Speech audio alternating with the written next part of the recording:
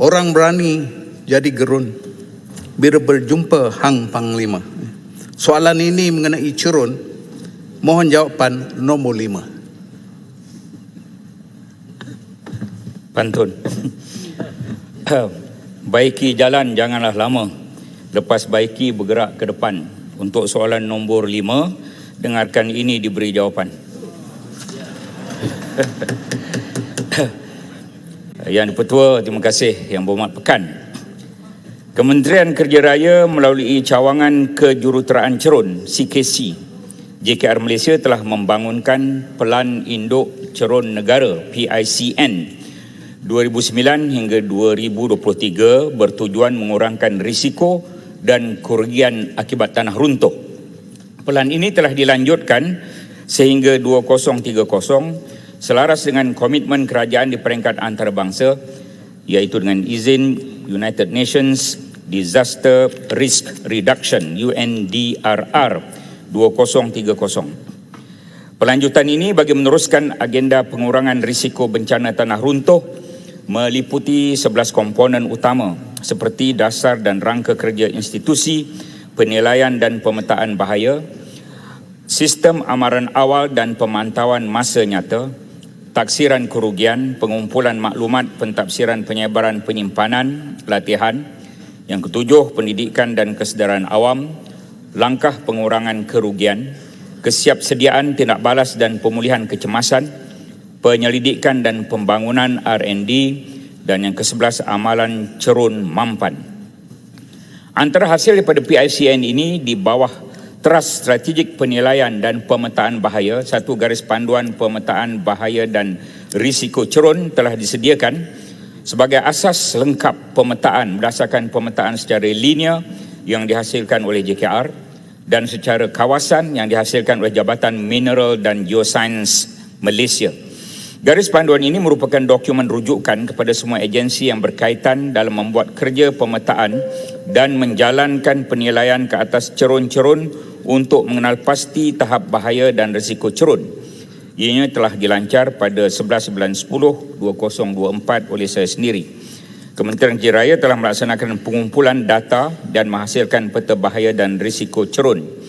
Sebanyak 26,722 bilangan cerun telah diinventori dan dibukukan, yang mana 1,577 bilangan cerun mempunyai tahap risiko yang sangat tinggi dan 1,706 bilangan cerun lagi mempunyai tahap risiko yang tinggi.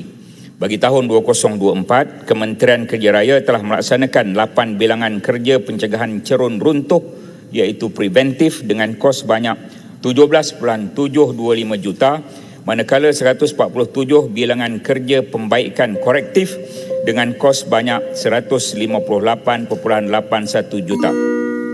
Terima kasih. Pekan.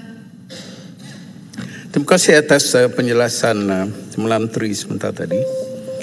Boleh ke Timbalan Menteri memberi contoh utama kejadian tanah runtuh yang serius di negara ini yang melibatkan kehilangan nyawa yang terlibat, dan saya ingin tahu apakah teknologi terkini berkenaan pembaikan cerun yang ada dan sebagai contohnya yang dilaksanakan juga di luar negara yang boleh kita implementasikan di negara kita. Terima kasih. Ya, YB Pekan, jika kita masih ingat, antara yang paling teruk ialah peristiwa Highland Towers di Hulu Kelang, yang mana 48 orang terkorban. Itu tahun 93. Kemudian ada lagi di Keningau KK Tuaran Papar, ini ribut. Walau bagaimanapun, akibat daripada ribut itu menyebabkan banjir kilat, cerun runtuh, 200 orang terkorban, 102 gagal dikesan. Kemudian Madrasah At-Taqwa Hulu Langat, 16 orang terkorban.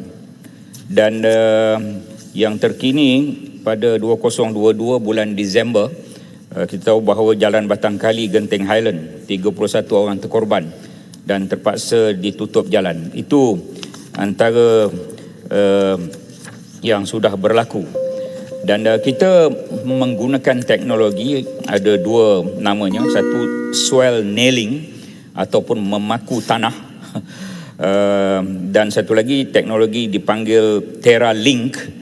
Ini teknologi daripada negara India.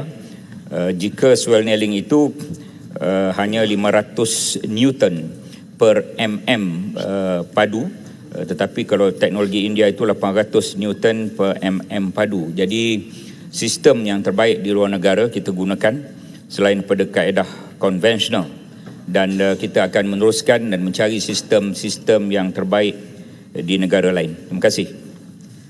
Hulu Selangor. Terima kasih Puan Yang Bertuah. Cerun ni memang kita nafikan. Sejak akhir kebelakangan ini terlalu banyak kes-kes yang melibatkan runtuhan dan sebagainya, runtuhan tanah. Jadi saya ingin bertanya kepada Menteri, baru-baru ini telah dilancarkan garis panduan pemetaan dan penilaian bahaya cerun. Apakah langkah KKR untuk memantapkan fungsi cawangan kejuruteraan cerun, termasuk memastikan sumber tenaga yang mencukupi dengan kerjasama PBT, terutama dari segi pemeriksaan penyelenggaraan rutin cerun dengan mengambil kira kekangan peruntukan khususnya di PBT. Terima kasih. Di kawasan Yang Berhormat Hulu Selangor itu berlaku kejadian tanah runtuh laluan B66 Jalan Batangkali Genting Highland, dan 31 korban. Kita tutup jalan. Lepas itu baru-baru ini 1 hari bulan 7 tak silap saya, kita dah buka dan kita dah perbaiki cerun yang berkaitan dengan kos yang tidak sedikit, lebih kurang 40 juta ringgit untuk menyelesaikan. Kalau tidak, jalan itu tidak boleh dilalui untuk pergi ke Bentong, Genting Highland dan tempat-tempat lain di Pahang. Kita Jabatan Kerja Raya, kita ada apa yang kita panggil sebagai cawangan kejuruteraan cerun ini, dan antara perkara yang kita buat, ada buku yang begitu tebal, seluruh puluhan ribu yang saya sebut tadi telah kita senaraikan satu persatu, dan pada ketika yang sama kita juga bekerja sama dengan Jabatan Pengairan dan Saliran, bukan hanya kami, dan juga bekerjasama dengan Jabatan Mineral Geoscience Malaysia. Bererti kekuatan kita di CKC, Cawangan Kejuruteraan Cerun, campur JPS, campur Jabatan Mineral Science. Kenapa JPS terlibat? Sebagai contoh, kejadian aliran puing di kawasan Gunung Jerai, ia juga melibatkan tanah runtuh, 6 terkorban, 1000 keluarga terjejas. Kita tahu 2021 ini memerlukan beberapa jabatan untuk menyelesaikan, bukan hanya JKR. Oleh itu JKR akan bersama dengan jabatan lain, termasuk PBT yang disebut oleh Yang Berhormat. Terima kasih.